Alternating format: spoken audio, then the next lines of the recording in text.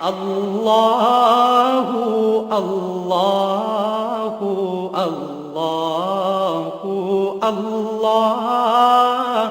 ایک ہوتا ہے نماز کا پڑھنا، ایک ہوتا ہے نماز کا ادا کرنا، نماز کو قائم کرنا۔ قرآن کریم میں نماز کو پڑھنے کے لیے عربی میں جو لفظ آتا ہے وہ صلو آتا ہے، صلی یصلی۔ تو اس سے اگر آپ حکمیہ صیغہ بنائیں گے، امپیریٹو سینٹنس بنائیں گے، تو اس سے بنے گا صلو، کہ نماز پڑھو۔ اللہ تعالیٰ نے قرآن میں فرمایا اقیموا الصلاۃ، نماز کو قائم کرو۔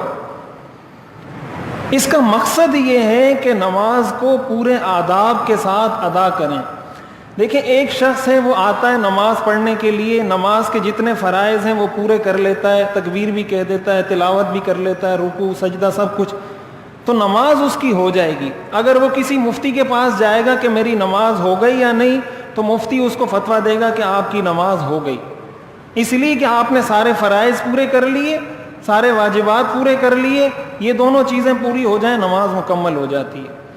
لیکن یہ جو قرآن میں آیا ہے نا ان الصلاۃ تنہی عن الفحشاء والمنکر، کہ نماز بے حیائی سے اور برے کاموں سے روکتی ہے، یہ اثر نصیب نہیں ہوگا، نماز کا نور نصیب نہیں ہوگا۔ یہ نماز آپ کو برائی سے نہیں روکے گی، ہاں اسی نماز کو اگر توجہ کے ساتھ ادا کریں گے تو یہ نماز آپ کو پھر برائی سے بھی روکے گی، بے حیائی سے بھی روکے گی۔